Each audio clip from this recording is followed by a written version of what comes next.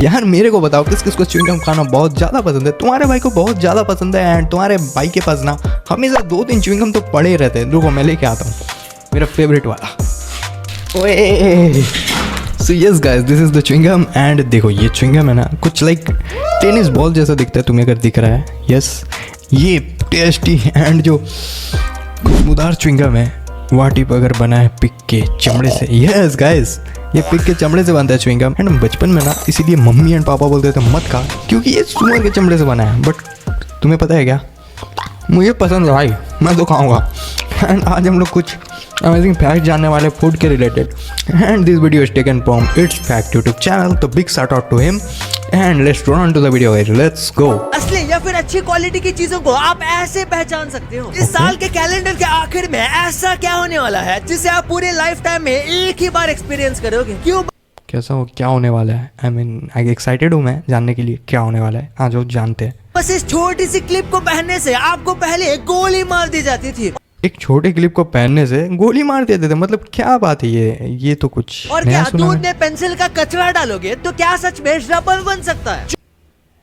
दूध में या जानने क्या? के लिए बने रहना वीडियो के ठीक है। नंबर 21। आप दुकान पर जाकर अक्सर कहते होंगे कि भाई जेरोक्स कर दो, लेकिन जेरोक्स असल में एक कंपनी का नाम है जो कि फोटोकॉपी बनाने वाले प्रिंटर्स बनाती Yes, थी। ये मुझे पता है। आज इंडिया में हर नूडल्स को मैगी कहा जाता है, वैसे ही फोटोकॉपी को लगभग हर जगह पर जेरोक्स कहा जाता है। नंबर 20। लायन की जो एज है वो उसके नाक को देखकर पता लग सकती है। जब वो छोटे होते हैं तब उनकी नाक पिंक होती है, लेकिन उम्र के साथ वो डार्क कलर की हो जाती है और जब वो अडल्ट बनते हैं तब उनकी नाक एकदम डार्क ब्लैक हो जाती है। नंबर 19। इंडियन करेंसी डॉलर को रिप्लेस कर सकती है। 18 से ज्यादा कंट्री ने INR को अपनी करेंसी की तरह इस्तेमाल करने के लिए मंजूरी दे दी है। यानी कि जिस तरीके से अभी डॉलर को कंपेयर किया जाता है किसी भी कंट्री के करेंसी से, वैसे इंडियन करेंसी को किया जाएगा। हालांकि इस चीज को अभी भी टाइम लगेगा, लेकिन फिर भी इस बात के लिए 1 लाख तो बनता है। भाई ये तो कुछ प्यारा होगा इंडिया के लिए एंड यस टाइम तो लगने वाला है, अभी टाइम है इस चीज को बनने के लिए। अगर आपके पास ब्लू जींस है तो मई 20th को उसे बर्थडे विश करना, क्योंकि मई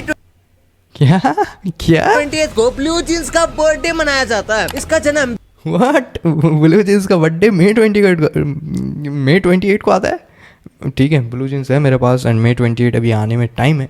हैप्पी बर्थडे करेंगे भाई उसका भी हैप्पी बर्थडे करते हैं। 20 में 1873 में हुआ था और तब से हर साल मई 20 को इसके बर्थडे की तरह कुछ जगह पर सेलिब्रेट भी किया जाता है। Number 17। एक मिथ के हिसाब से अगर आपके लेफ्ट हैंड में खुजली हो रही है तो आपके पास से पैसे जाने वाले हैं, और राइट हैंड में खुजली हो रही है तो आपके पास पैसे आने वाले हैं। अब इन ये मैंने नोटिस किया है, ये कुछ मुझे मिथ सही भी लगता है कई जगह पे मुझे ये मिथ सही भी लगता है, कहीं पे गलत भी लगता है। आई मीन ऐसे करने से पैसा चले जाता है, ऐसे करने से पैसा आ जाता है, तो करते रहते हैं ना भाई। आ जा भाई पैसा आ जा, कहाँ आ रहा है नहीं आ रहा है। मीन नहीं पता भाई, नहीं पता ये मिथ सही है कि नहीं। बट मैंने कभी कभी देखा है कि कभी खुद से अगर ये साइड में खुजली होता है ना पैसा आता है एंड मेरा आया भी है। But I am not confirm yet ये मिथ सही है या गलत है। तो ये देखो जिसकी जैसी सोच उस पर डिपेंड करता है। ठीक है बातों में कितना सच है आप मानते हो या नहीं, कमेंट में जरूर बताना। नंबर 16। आपने सुना होगा दारू पीकर जो कुछ भी हम बोलते हैं या जो सुनते हैं वो हम भूल जाते हैं, लेकिन इसमें दारू की वजह से हम नहीं भूलते, बल्कि ज्यादा दारू पीने से आप कह सकते हो कि हमारा दिमाग मेमोरी को सेव करना ही बंद कर देता है। देखो भाई इसके बारे में तो मुझे नहीं पता, तुम्हारे भाई ने कभी ड्रिंक किया भी नहीं है, आगे भी नहीं करने वाले हैं, because we respect our family. हमारे फैमिली ने हमें ऐसा बड़ा नहीं किया कि हम लोग दारूबाज बने, दारू पिए, है ना। तो यस अपना चैनल भी फैमिली फ्रेंडली है, अपने सब्सक्राइबर्स भी बहुत प्यारे हैं, वो लोग भी आई होप नहीं करते हैं कुछ। तो एंड अगर तुम लोग करते हो ना भाई कोई, तो कमेंट में बताना भाई ये जो भाई बोल रहे हैं ये क्या सही है, तुम लोग भूल जाते हो और इसीलिए हमें वो चीजें बिल्कुल भी याद नहीं रहती। नंबर 15। ये एक साइकोलॉजिकल फैक्ट है कि अगर आप कभी भी सच बोलते हो यानी कि ऑनेस्ट बिहेव करते हो तो सामने वाले को लगेगा कि आप बहुत ज्यादा रूड हो या फिर आप उनसे अच्छे से बात नहीं कर रहे। नंबर 14। बिहार के एक आदमी ने 2 करोड़ के हेलमेट लोगों को गिफ्ट किए। एक रोड एक्सीडेंट में उसके सबसे अच्छे दोस्त की जान चली गई थी क्योंकि उसने हेलमेट नहीं पहना हुआ था, जिसके बाद उसने 49,000 लोगों को हेलमेट गिफ्ट किया। और सल्यूट है भाई को सल्यूट है। उसने अपने एक दोस्त को खोया है एंड उसके बाद उसे लगा कि नहीं अब किसी और के दोस्त को हम लोग खोने नहीं दे सकते। एंड भाई के पास जब था पैसा तो भाई ने हेल्प किया है। तो यस सल्यूट है भाई को। एंड ऐसे पीपल्स बहुत ही कम बचे हैं आज के ज़माने में, तो हैट्स ऑफ है भाई को। भाई लगे रहो समाज सेवा में, तुम्हारा भाई भी समाज सेवा कर देता है जहाँ पे हेल्प कर सकता है ना। तो इन yes. सबकी मिला के कीमत 2 करोड़ की थी। Number 13, Okay. पहले रोलर कोस्टर को जिसमें हम मजे से बैठते हैं उसका इस्तेमाल पहले ऐसा नहीं था। इसका इस्तेमाल कोयले को पहाड़ के ऊपर से नीचे लेकर जाने में किया जाता था। लेकिन जब लोगों को पता चला Yes, कि yes, ये तो रोलर हाँ। कोस्टर 50 माइल्स पर आगे स्पीड तक जा सकता है, तो उन्होंने इसमें बैठने का सोचा और उसमें उन्हें बहुत मजा आया। तो फिर टूरिस्ट काम कर रहे लोगों को कुछ उपाय देते थे और वो उन्हें रोलर कोस्टर में बैठने का मौका देते थे। I mean, कोयला खदान से निकला रोलर कोस्टर भाई। क्या बोल रहा भाई? ठीक है भाई, एंटरप्रेन्योर है भाई ये लोग भी। ठीक है। नंबर 12, टैको बेल, पिज़्ज़ा हट और KFC हाँ। तीनों में से Yes. ज्यादा कौन कमाता है? भले ही कोई भी I कमा think ले so. मुनाफा तो बस KFC. एक ही कंपनी का होने वाला है, क्योंकि ये तीनों जायंट फास्ट फूड आउटलेट एक ही कंपनी द्वारा ओन किए जाते हैं। लेकिन फिर भी हमें ऐसा लगता है कि सब एक दूसरे से कंपटीशन में Yes. है। नंबर 11, आपने इस चीज को नोटिस किया होगा, लेकिन GTA 5 की पूरी गेम में एक भी बच्चा नहीं है। वैसा क्यों नहीं है आपको पता ही होगा। अगर आप सच में यस, ये तो सोचने वाला बात है यार। इतना दिन से मैं भी GTA 5 खेल रहा हूँ, ये मैंने कभी नहीं सोचा कि बच्चा क्यों नहीं है गेम में। Because the game is adult भाई। बट जिमी तो है, बट जिमी तो भाई बहुत ज़्यादा बड़ा है। एंड तुमने अगर देखा है GTA 5 का गेम प्ले वीडियोस तो तुम्हें पता है जिमी कैसा है। ठीक है, चलते हैं भाई। लेकिन सच में यार बच्चा क्यों नहीं है गेम में, नहीं पता। आई डोंट नो, एंड मुझे जानना भी नहीं है। ठीक है, आप ये गेम खेलते हो तो, लेकिन फनी बात तो ये है कि इस गेम को बच्चे ही खेल रहे हैं। नंबर 10, ये तो सही है भाई। दरअसल 1927 में सांता क्लॉज को एक ऑफिशियल पायलट का लाइसेंस दे दिया गया था। अब ओह। सांता क्लॉज असलियत में है या नहीं ये किसी को नहीं पता। तो लाइसेंस किस नाम पे इश्यू किया गया था वो तब के लोग ही जाने, लेकिन उस समय हर कोई सांता क्लॉज को रियल मानता था। नंबर 9, विजय माल्या जब इंडिया से भाग भाई सेंटा क्लॉज नहीं है भाई, प्लीज़ सेंटा क्लॉज नहीं है, ये अफवाह मत फैलाओ प्लीज़। नहीं है। मैं जब बच्चा था ना, छोटा सा बच्चा, प्यारा सा बच्चा, क्यूटू सा बच्चा था क्या मैं, तुम लोग बताना।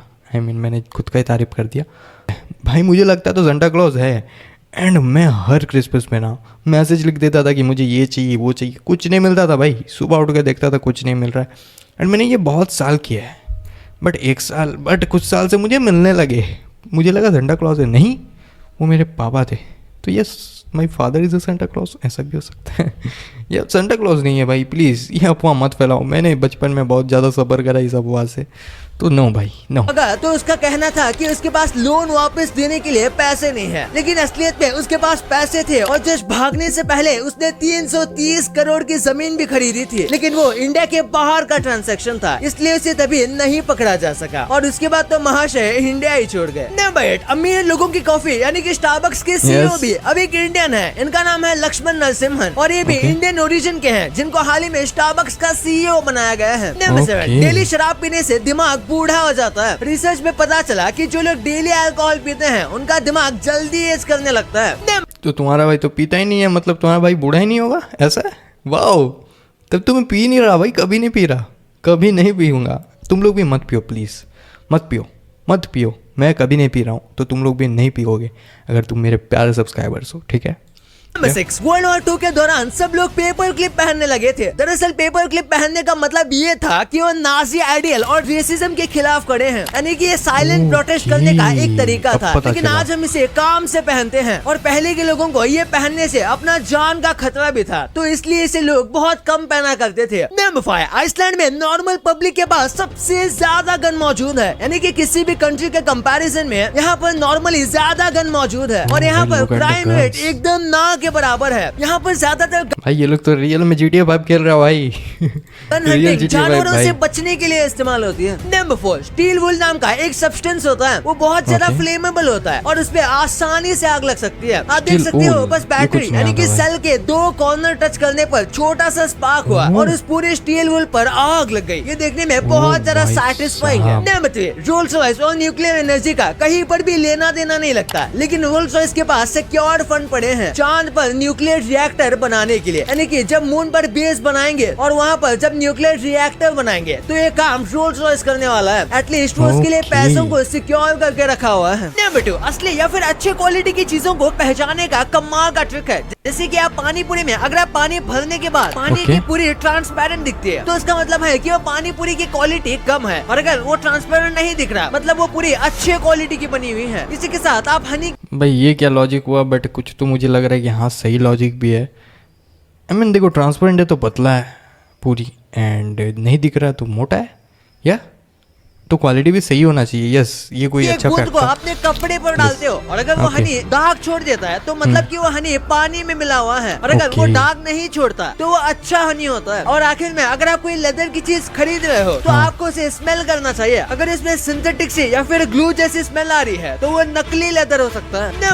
अगर आप दूध, ये मुझे भी है कि हाँ तुम्हारा भाई ने लेदर का जब जैकेट भी लिया था ना तब भी ऐसे किया था भाई। यस, ये मुझे पता है। पेंसिल का कचरा डालोगे तो क्या वो रबर बन जाएगा? ये सुनकर यकीन नहीं आता क्योंकि सच में ये नहीं होता। लेकिन अमेरिका में स्मिथ को इतना ज्यादा फैलाया गया था कि आज भी वहाँ के कई बच्चे इसे सच मानते हैं और कई लोगों ने इसे ट्राई भी किया है। पर स्मिथ की शुरुआत कैसी हुई थी ये कोई नहीं जानता, लेकिन ये एकदम ही गलत है। और इसी के साथ जब मैगी इंस्टेंट नूडल्स वहाँ पर पहली बार आए थे तो उन्हें देखकर ये बिल्कुल किसी रबर बैंड की तरह लगी थी, क्योंकि एशियन कंट्रीज में नूडल्स तो काफी कॉमन थी, लेकिन अमेरिका और बाकी वेस्टर्न देशों के लिए ये बहुत ज्यादा अलग ही चीज थी। बिल्कुल किसी रबर बैंड की तरह लगता था। और आखिर में अगर बात करें च्युइंग गम की तो लोग कहते हैं उसमें एनिमल की स्किन का इस्तेमाल होता है, लेकिन ये बात तो सच नहीं है। लेकिन इसमें सच में रबर का इस्तेमाल किया जाता है। हाँ सच में भाई मुझे तो मतलब लगता है सूअर के चमड़े से बनता है। यस, मुझे इतना ही पता है यार। आई मीन हाँ, सूअर के चमड़े से बनता है च्युइंग गम, बट खाने में बहुत ज़्यादा मज़ा आता है। तो इसी बात पे तुम्हारा भाई एक च्युइंग गम खाएगा अपना फेवरेट वाला। या गाइस, अपना favourite chewing gum is here, let's go. भाई अपना फेवरेट च्युइंग गम देखो, तुम एक टेनिस बॉल जैसा दिखता है एंड खाने में भी बहुत ज़्यादा टेस्टी है एंड बहुत प्यारा स्मेल करता है। मेरा फेवरेट है। इसमें कुछ हद तक रबर होता है, इसलिए इसे निगलने से मना किया जाता है। वैसे आपके लिए कुछ यस, निगलना नहीं चाहिए, बट तुम्हारे भाई ने ना बचपन में बहुत ज़्यादा निकला है च्युइंग गम, जो कि सही नहीं है। स्कूल का बात है, स्कूल में मतलब मैम जब पकड़ने जाते थे ना तो वहाँ भाई निगल लेता था, जो कि बहुत गंदा बात है।